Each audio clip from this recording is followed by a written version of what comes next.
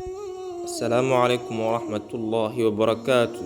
soo dhawaada daawadayaal muuqaalkeena maanta waxaynu ku soo gudbin doonaa barnaamij aynu ugu magac darnay ma ogtahay waa barnaamij aynu ugu talagalnay inaynu ku soo gudbinno xogag iyo aqoon aad iyo aad u badan ee la socod wanaagsan. haddii aad ka heshay fiidiyowga fadlan like saar gambaleelkana furo si ay kuu soo gaaraan muuqaalada cusub, asxaabtaadana u sheer gareey. taasi waxay inoo tahay dhiirigelin aad nagu dhiirigelinayso in aynu sii wadno muuqaalada noocan oo kale ah.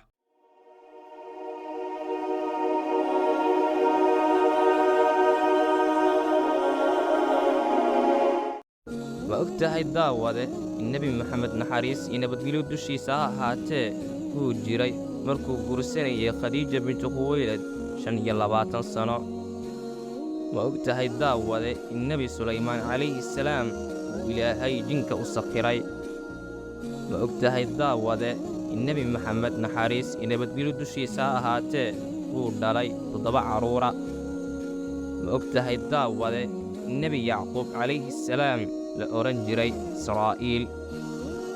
ma ogtahay daawade in haweenaydii ugu dambaysay uu guursaday nebi maxamed naxariis iyo nabadgelyo dushiisa ha ahaatee la oran jiray maymuuna bintu xaarisa. ma ogtahay daawade in nebi maxamed naxariis iyo nabadgelyo dushiisa ha ahaatee uu xajiyey 4 goor. ma ogtahay daawade in uu ilaahay ku halaagay qoomu nuux biyo. ma ogtahay daawade in uu ilaahay ku halaagay dabeel qoomkii la oran jiray qoomu caad. ma ogtahay daawade in uu ilaahay ku halaagay qaylo qoomkii la oran jiray qoomu tamuud. sidoo kale ma ogtahay daawade in uu ilaahay ku halaagay nabcuun qoomkii la oran jiray qoomu luud. ma ogtahay daawade in nebi yuusuf hooyadii la oran jiray raaxila. ma ogtahay daawade in albaabada naarta ay gaarayaan 7 albaabood. ma ogtahay daawade in ay jannadu leedahay 8 albaabood. ma ogtahay daawade in qofka ugu horreeya ee jannada horgeli doona uu yahay nebi maxamed naxariis iyo nabadgelyo dushiisa ha ahaatee. ma ogtahay daawade in jannadii uu ilaahay ka codsaday nebi ibraahim calayhi salaam ay ahayd jannatu naciim. ma ogtahay daawade in abuubakar sidiiq uu ahaa khaliifkii koowaad ee muslimiinta. ma ogtahay daawade in nebi ibraahim calayhi salaam aabbihii la oran jiray aazar. ma ogtahay daawade in nebi yaxye weligii uusan guursan.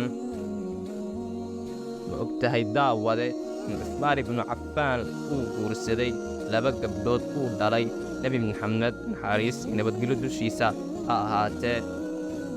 ma ogtahay daawade in cuseyr calayhi salaam ka yaraa wiilkiisa 50 sano oo waxaa yaraa zayr.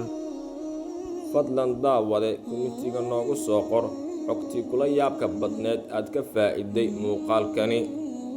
والسلام عليكم ورحمة الله وبركاته.